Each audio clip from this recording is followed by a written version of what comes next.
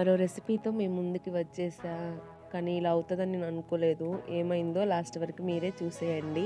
అంతకంటే ముందు మీరంతా ఎలా ఉన్నారు చూసేయండి. ఇక్కడ ఉన్న సింపుల్ ఇంగ్రీడియంట్స్ బెల్లం, ఇంకా మురుమురాలు అంటే మరమరాలు.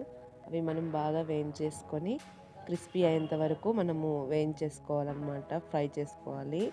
ఇంకా మనము బెల్లాన్ని పాకంలాగా చేసుకోవడానికి బెల్లంలో వాటర్ పోసి ఇంకా వాటిని మరిగించుకోవాలి. అంత తర్వాత ఆ వాటర్ని మనము స్ట్రెయిన్ చేసేసుకోవాలి. ఎందుకంటే ఏదైనా డస్ట్ పార్టికల్స్ ఉన్నా సపరేట్ చేయడానికి. తర్వాత ఆ వాటర్ని బాగా మరిగించుకోవాలి. మరిగించుకున్న తర్వాత మనము దాంట్లో ఇలాచీ పౌడర్ని యాడ్ చేసేసి ఇంకా దాన్ని బాగా మిక్స్ చేసుకోవాలి.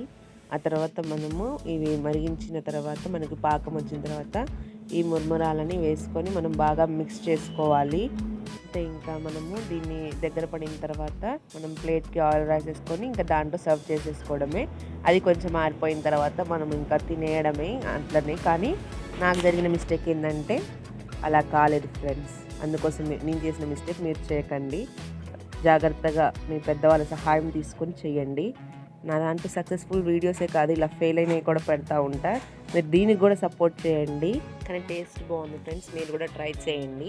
లాస్ట్ వీడియోలో క్వశ్చన్కి ఆన్సర్ వచ్చేసి ఎగ్ అండి, కోడిగుడ్డు. ఇంతవరకు చూసారు కదా, సబ్స్క్రైబ్ చేసేసుకోండి, లైక్ చేయండి, షేర్ చేయండి, కామెంట్ చేయండి. Bye friends.